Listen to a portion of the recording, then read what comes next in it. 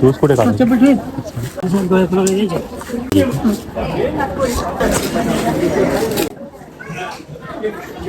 So shoes वगैरे आपण इथे काढले आहेत बाहेरच.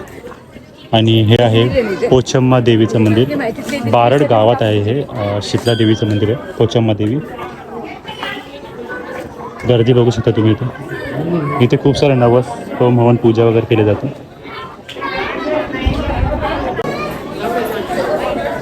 खूप लांबून लोक आलेत. गरमीचं वातावरण सध्या खूप गरमीचं लोक थांबलेत.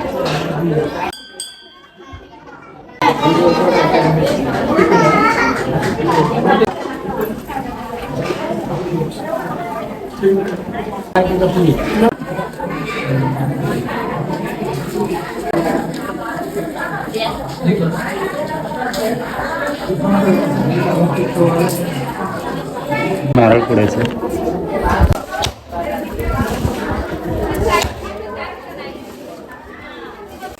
इथून जायचं.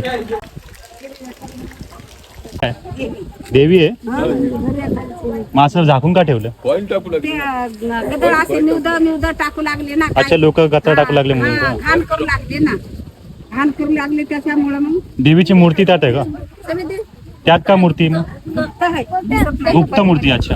आणि तिथे मंदिरात मूर्ती आहे मग ती?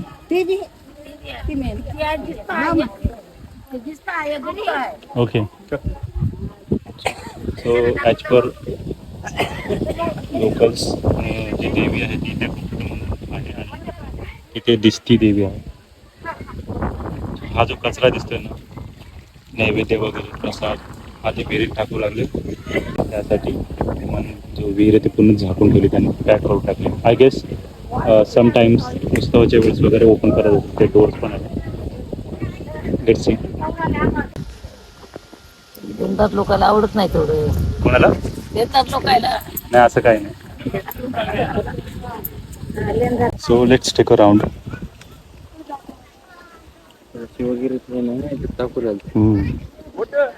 त्यामुळे अशा प्रकारचे नैवेद्य वगैरे ना ते या विहिरीमध्ये टाकू लागले होते लोक.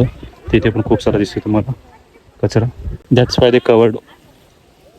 तो तुम्हाला इथे बारडला येत असेल तर सगळ्यात सोपा मार्ग जो आहे तो नांदेडवरून भोकरकडे जाताना भोकर फाट्यावरनं हार्डली 10 ते 15 मिनटावरती बारड गाव आहे.